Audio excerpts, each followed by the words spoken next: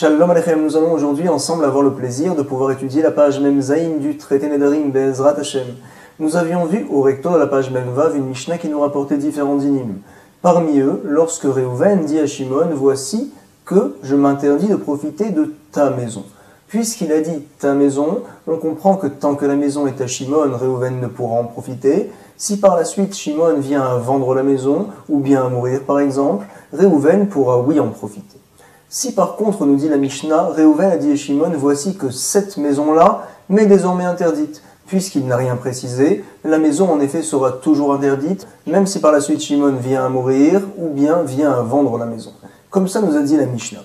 Nous voyons un principe tout à fait évident, que Réhouven peut bien sûr s'interdire un objet qui appartient à Shimon, même lorsque par la suite, Shimon viendra par exemple à le vendre. En effet, une personne peut à lui-même s'interdire toutes sortes de choses.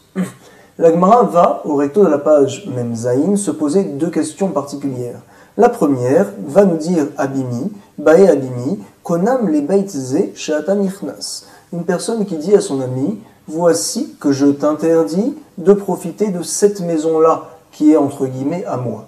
Tout d'abord, Bae Abimi, Abimi vient se demander, quel sera le din si une personne dit à son prochain, Konam le Beit Ze She'ata Nichnas, voici que je t'interdis de rentrer dans cette maison-là. On savait que cette maison appartenait à Réhouven, c'est vrai, mais lorsqu'il a précisé, il a dit « Voici que je t'interdis de rentrer dans cette maison ». Est-ce que l'on va dire que dans ce cas-là également, Réhouven peut en effet interdire la maison à Shimon, même si par la suite il viendra à la vendre, Behemet? Ou bien peut-être que non. C'est ce que la Gemara va se demander. Bae Abimi, Konam le Beit Ze She'ata Nichnas. Si par la suite Réhouven est mort, ou bien il a vendu la maison à quelqu'un d'autre, Mahu, quel sera le din? Peut-être va-t-on dire Adam, Oser Davar Shebereshuto, les Keshayet Semereshuto. Une personne en effet a la possibilité de pouvoir interdire un objet qui maintenant lui appartient à son ami, même lorsque l'objet plus tard ne sera plus dans son domaine, les Keshayet Semereshuto. Ou bien, peut-être que non, dit la Gemara, Olo. En effet, il n'a pas cette force-là. Rava va nous répondre, Ta'ashma, viens écoute, il nous a été enseigné, nous ont dit les Tanaïm, à Omer les Beno, une personne qui dit à son fils, apparemment il s'est mal comporté, chez I ata nehene li, je t'interdis désormais de profiter de moi. Quel sera le din? Vamet, si jamais le père vient à mourir, on dira tout simplement le fils, pourra hériter, Yirachinu. En effet, il n'a pas précisé le père qui lui a interdit de profiter de ses biens, même après sa mort. C'est ce que l'on voit tout de suite. Si par contre, et c'est ça qui nous intéresse, la personne précise Bechayo ou Bemoto, tant que je suis vivant, ou bien même également après ma mort, j'interdis à mon fils de profiter de moi.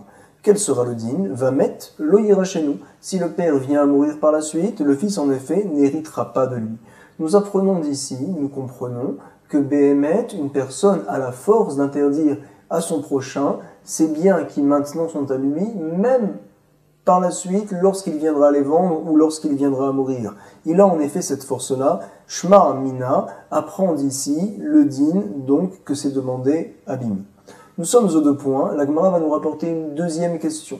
À savoir, tout d'abord, nous avons une Mishnah, Tnan, Konam Perot Aelu Alay, une personne qui dit, voici que ces fruits-là sont interdits Alay sur moi. Ou bien il dit d'une manière différente, Konam Hen Alpi, elles sont interdites à ma bouche, ou bien les filles, ils sont donc interdits de rentrer dans ma bouche. Quoi qu'il arrive, on dira bien sûr, ces fruits-là, il n'aura pas le droit d'en profiter. Et le grand chidouche que nous rapporte la Mishnah, qu'on verra du reste par la suite, à savoir également les chiloufines et les guidoulines, il ne pourra en profiter. Assour bechiloufehen ou beguidouléen. Les achlif en hébreu, ça veut dire échanger. Chiloufines, c'est donc des échanges, à savoir le fruit que je me suis interdit. Également, si par la suite je viens à le vendre ou à l'échanger, je n'aurai pas le droit de profiter de la monnaie d'échange de ce fruit-là.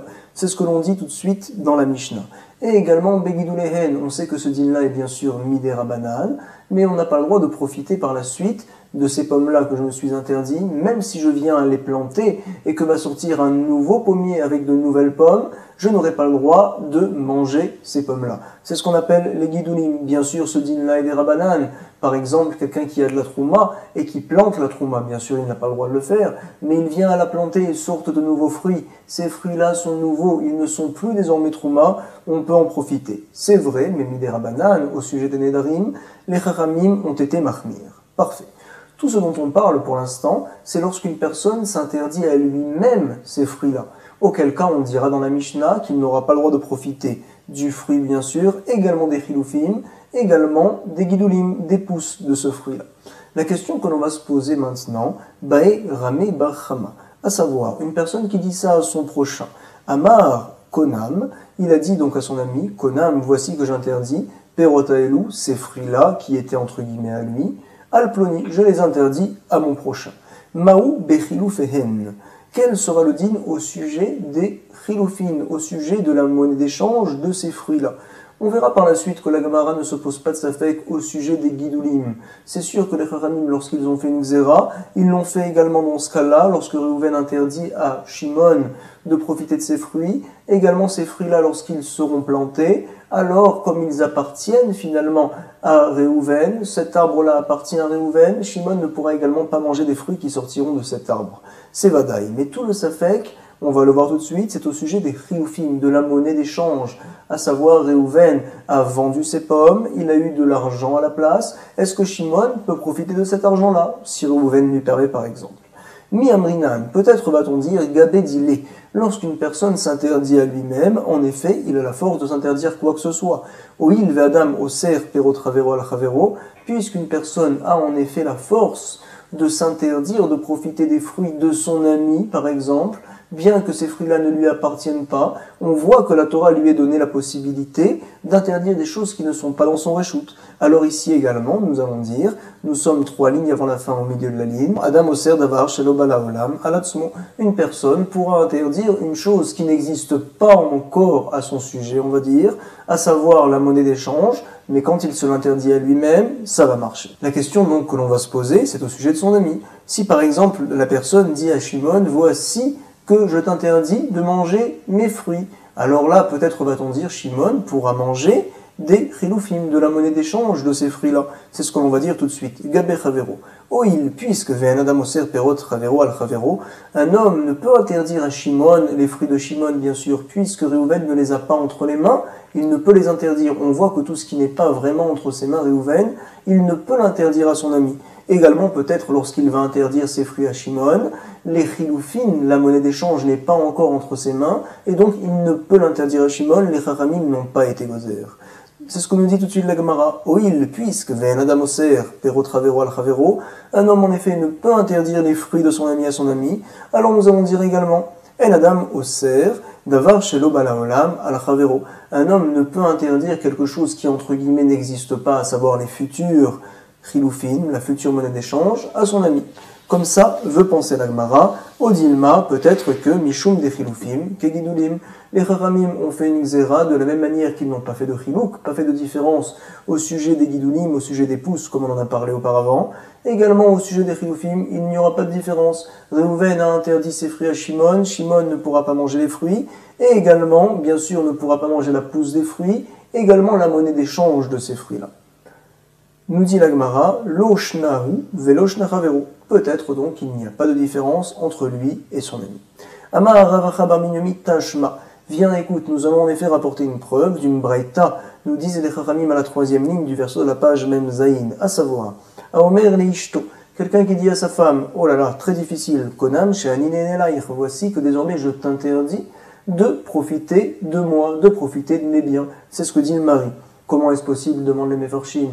On sait que, on le lit dans la Torah, She'era kesuta veonata loigara. Un homme, lorsqu'il se marie, se doit, She'era, de nourrir sa femme, kesuta de l'habiller, veonata également d'avoir des relations avec elle. Lorsqu'une personne est meshubad, a des obligations envers son ami, il ne peut lui interdire de profiter de ces choses-là. On l'avait vu auparavant dans le traité Nadarim.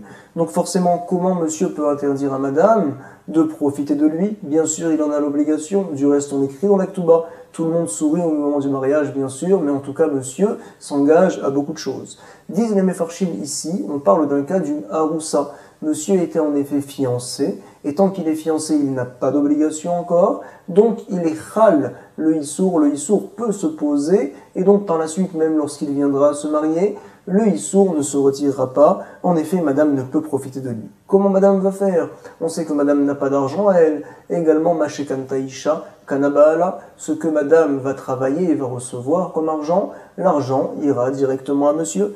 Madame, va nous dire la Braïta, elle a une solution. À savoir, elle ira emprunter de l'argent à gauche à droite chez différents prêteurs et ces gens-là, par la suite, iront récupérer l'argent chez le mari. En effet, on écrit dans la Ktuva, le mari s'engage à rembourser les chov, les dettes de madame, même plus que ça, même les dettes qu'elle avait avant le mariage. Donc c'est ce que nous dit tout de suite la Braïta. Alors donc, l'ova, elle peut en effet emprunter, Vebaale Chovin, et donc les prêteurs par la suite iront récupérer l'argent chez le mari. Comme ça nous dit la Gemara, Baïn Venifraim, ils se font rembourser. On voit d'ici apparemment que madame finalement profite des chiloufim de la monnaie d'échange, de l'argent de Réhouven. En effet, elle prend de l'argent de Lévi, de Shimon, de un tel, et par la suite, Lévi et Shimon vont se faire rembourser chez Réhouven. On voit d'ici que les chiloufim ne sont pas interdits. Lorsque je dis à madame, tu ne peux profiter de mes biens, c'est uniquement mes biens qui lui sont interdits, mais les chiloufim, la monnaie d'échange de mes biens, ne lui seront pas interdits. On est pochette d'ici, veut nous rapporter la Gemara. Nous allons tout d'abord relire la Braïta Tashma. Troisième ligne. Aomer lishto konam shenine nelair. Il interdit à sa femme de profiter de lui. En effet, elle peut emprunter l'ova, ou Baal Chovin et les prêteurs, Baïn Venifraim, se font rembourser. Et donc nous voulons déduire Maïtama Baal Chovin Nifraim. Comment est-ce possible que les prêteurs se font rembourser? N'est-ce pas que lav mishum de chilufim, lav kegidulim? On voit que la monnaie d'échange, ce n'est pas comme les pousses, les guidolines, à savoir la monnaie d'échange n'est pas interdite.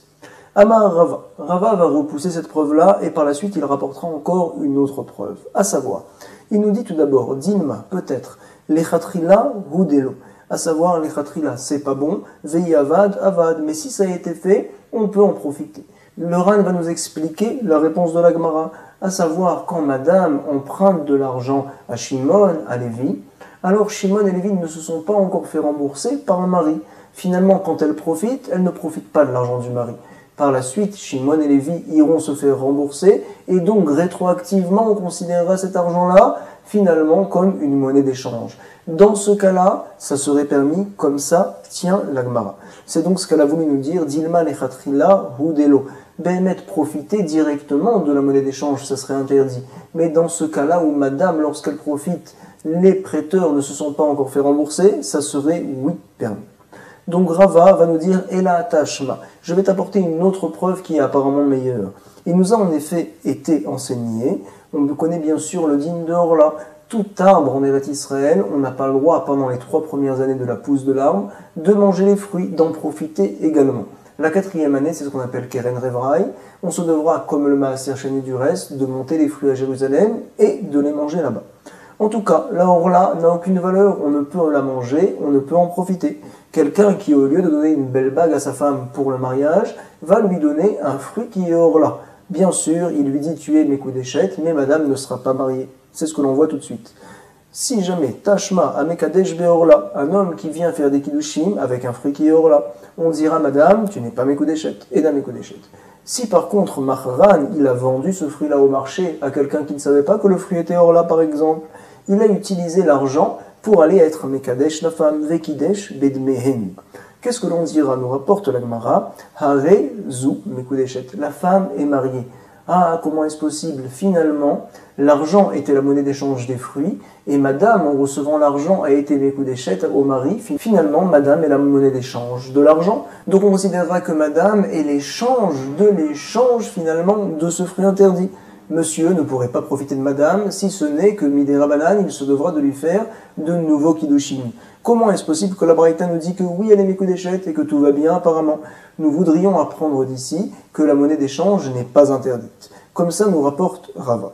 La Gemara va nous répondre non. Nous n'avons pas de preuve. Achanami lechatrila hudelo veyavad avad. Deux manières d'expliquer cette réponse-là.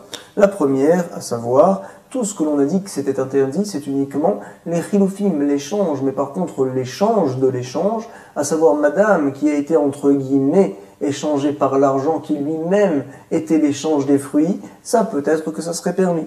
D'autres expliquent un peu différemment, à savoir, les khatrila, Behemet, il n'aurait pas dû être Mekadesh Madame avec de l'argent. Mais Bedieved, dans ce cas-là en tout cas, on dit que Madame est Mekudeshet. Donc peut-être qu'on n'a pas le droit, les khatrila, de profiter des chiloufim. Comme ça, tient la Gemara.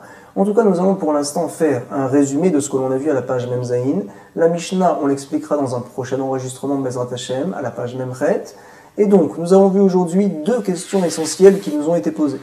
La première, celle de Avimi au recto de la page Memzaïn, qui s'est dit: quel sera le din si jamais une personne vient interdire à son prochain un objet? Par la suite, il vient le vendre l'objet ou bien mourir. Est-ce qu'on considérera que monsieur, son ami Shimon, ne pourra profiter de ce bien-là ou pas?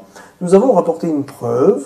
Justement, les Tanaïm nous disent, tu sais, si jamais un homme a dit à son fils, voici que je t'interdis de profiter de mes biens, et qu'il précise, même lorsque je viendrai à mourir, on voit en effet qu'une personne peut interdire à son ami ces objets, bien que par la suite, ils sortiront de son réchoute. Deuxième question, c'est celle de Ramé Bachama, 6 lignes avant la fin du recto de la page Memzaïn.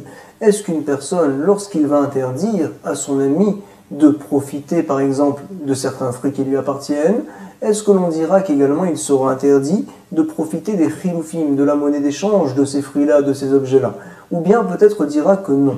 À savoir, quand est-ce que l'on interdit une telle chose? C'est donc une personne qui s'interdit à elle-même, puisqu'une personne peut s'interdire des choses qui ne lui appartiennent pas, même les objets de Shimon, Reuven peut se les interdire, il pourra également s'interdire des choses qui n'existent pas encore, par exemple les chiloufim, la future monnaie d'échange de ces fruits qui lui appartiennent. Par contre, interdire à son prochain, puisque bien sûr je ne peux interdire à mon ami les fruits de mon ami, puisque ces fruits-là ne m'appartiennent pas, ne sont pas dans mon réchoute. Également peut-être lorsque j'interdirai mes fruits à mon ami, ce sera uniquement ces fruits-là qui seront interdits, mais la monnaie d'échange, qui entre guillemets n'existe pas encore, peut-être qu'elle serait oui permise. Comme ça, c'est demandé la Gemara. Elle a essayé de nous rapporter une réponse d'une braïta où l'on parlait là-bas d'un homme qui interdit à sa femme de profiter de lui. On dit en effet que madame peut emprunter de l'argent et par la suite, monsieur remboursera. On voit finalement que madame profite des chiloufim de son mari, mais la Gemara a repoussé. C'est différent parce qu'au moment où madame emprunte, alors Réhouven, le mari, n'a toujours pas remboursé, ce n'est pas vraiment des chiloufim. La Gemara, finalement, nous a rapporté une deuxième preuve qui, elle, également va être repoussée, celle de Rava. On voit au sujet de la orla, une personne qui a vendu un fruit qui est orla, qu'on n'a pas le droit de profiter, et donc cet argent-là, il l'a utilisé pour être Mekadesh Madame. On dira que Madame est Mekudeshet. Nous voyons d'ici que profiter des chiloufim, c'est oui permis. La Gemara a repoussé non. Peut-être qu'ici c'est permis parce qu'on parle des chiloufim finalement. L'argent était l'échange du fruit et madame est entre guillemets l'échange de l'argent et dans ce cas-là c'est permis. D'autres expliquent que ici c'est permis pour une autre raison, c'est que Behemet, les khatrila, c'est vrai que c'est interdit, Bedieved, que madame a été mariée, le mariage est bon, on n'a pas besoin d'en faire un autre. En tout cas, je vous souhaite beaucoup de hatzlacha pour la révision de cette page-là, Toda Rabba, Kol Tuv, Shalom Shalom, Behatzlacha, Rabba.